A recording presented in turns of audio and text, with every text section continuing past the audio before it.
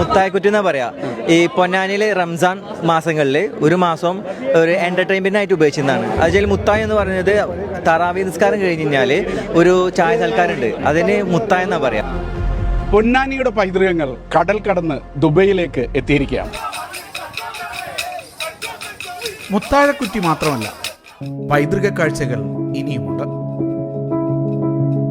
ഓലയിൽ എഴുതിയ പഴയ ആധാരങ്ങൾ മുതൽ ആദ്യകാലത്തെ ഇലക്ട്രിക് സ്വിച്ചുകൾ വരെ പൊന്നാനിയുടെ പൈതൃക വസ്തുക്കൾ ശേഖരിക്കുന്ന തിണ്ടീസാണ് പൊന്നാനി വെൽഫെയർ കമ്മിറ്റിയുടെ 50-ാം വാർഷികത്തിന് ഇവ ദുബൈയിലെത്തിച്ചത്.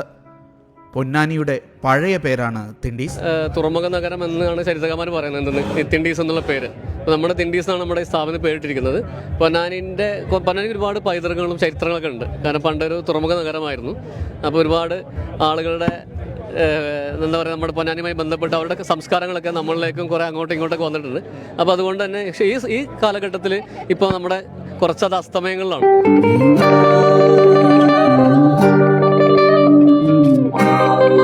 മുട്ടയില്ലാത്ത മുട്ടപ്പത്തിരി പൊന്നാനിയുടെ മാത്രം പ്രത്യേകതയാണ്. പൊന്നാനിക്കാരുടെ ദേശീയ ഭക്ഷണം മുട്ടപ്പത്തിരി എല്ലാവർക്കും ഇഷ്ടമാണ്. മുട്ടപ്പത്തിരി അതന്നെ ഞങ്ങളുടെ ഒരു ദേശീയ പലഹാരമാണ്. രാവിലെ ആദ്യം തന്നെ തുടക്കം മുട്ടപ്പത്തിരിയിലാണ്.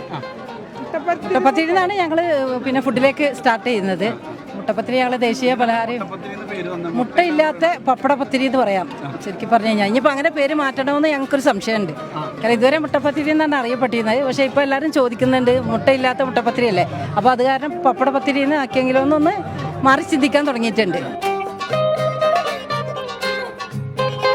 മറവിയിലേക്ക് മറയുന്ന പൊന്നാനിയുടെ 40-ലേറെ ഓർമ്മചിത്രങ്ങളുമായാണ് കുവൈത്തിൽ പ്രവാസിയായിരുന്ന ഭാസ്കർ ദാസ് ദുബൈയിലെ ഈ ആഘോഷത്തിന് എത്തിയത്. പ്രവാസിയായിരിക്കുന്ന കാലത്താണ് ഇതിനുള്ള ചിന്തകൾ വരുന്നത്. ഇങ്ങനെ ചിത്രങ്ങൾ വരയ്ക്കാനും സ്വന്തം നാടിൻ്റെ ഓർമ്മകളിൽ നിന്നാണ് ഇത് വരുന്നത്. ഇതൊരു 10 വർഷം മുമ്പ് ഇതിൻ്റെ ചിന്തകൾ തുടങ്ങി വരച്ചുകൊണ്ടിരിക്കുക. 10 വർഷമായപ്പോൾ ഏകദേശം ഈ ചിത്രങ്ങളൊക്കെ വരയ്ക്കാൻ തുടങ്ങിയിട്ട്. അങ്ങനെ അപ്പോൾ അത് ആദ്യമായിട്ടാണ് പൊന്നാനി കാഴ്ചകൾ ഒരു സ്ഥലത്ത് ഒന്നിച്ച് ഇതുപോലെ പ്രദർശിപ്പിക്കുന്നത്. അപ്പോൾ അതിനുള്ളൊരു ഭാഗ്യം ഈ മണ്ണിൽ വന്നിട്ട് ആലോചന, ഈ മണ്ണിൽ തന്നെ അത് ആദ്യത്തെ പ്രദർശനം നടത്താൻ വേണ്ടിയിട്ടുള്ളൊരു ഭാഗ്യം ഉണ്ടായി. അത് സംഘടിപ്പിച്ചത് PWC ആണ്. ആ വഴിക്കാണ് നമുക്ക് കിട്ടിയത്.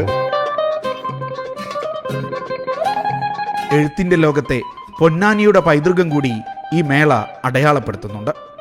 പൊന്നാനിയിലെ പഴയ എഴുത്തുകാരെയും പുതിയ എഴുത്തുകാരെയും പരിചയപ്പെടുത്തിക്കൊണ്ട് സാഹിത്യത്തിൽ ഒരു കൃത്യമായ പാരമ്പര്യമുണ്ട് പൊന്നാനിക്ക്.